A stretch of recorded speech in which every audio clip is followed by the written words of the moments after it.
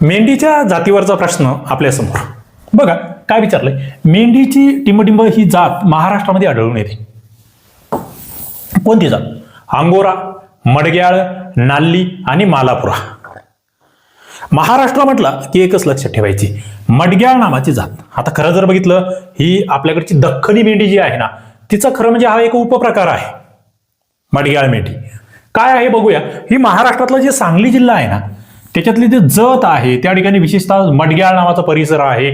तिथून हिची हे आहे वाढ होत आली, पुढे ही पसरत गेली. मांस यासाठी ही जास्त उपयुक्त आहे कारण की जलद वाढते, ही जलद वाढते आणि त्यामुळे मांसासाठी जास्त उपयुक्त आहे.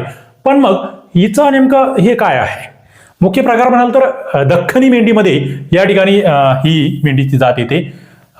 ही दख्खनच्या प्रदेशामध्ये कर्नाटक आणि आंध्र प्रदेशचा काही भाग त्या ठिकाणी आढळणारी. मांस आणि लोकर दोन्हीही उद्देशाने या ठिकाणी ही पाळली जाते. एकतर ही उष्ण प्रदेशामध्ये वाढते आहे, कमी चारा ज्या ठिकाणी आहे त्या दुष्काळी प्रदेशामध्ये ही तग धरून राहते आहे आणि याची रोगप्रतिकारक शक्ती चांगली आहे. मग तुम्ही म्हणाल महाराष्ट्रातल्या दख्खनी मेंढ्या कोणकोणत्या? तर त्यातली मडग्याळ तर तुम्हाला माहितच असावी. सोलापुरी एक आहे, कोल्हापुरी आहे आणि लोणंद आहे. या 4 महाराष्ट्रातल्या मेंढ्याच्या जाती आपल्याला माहित असाव्यात.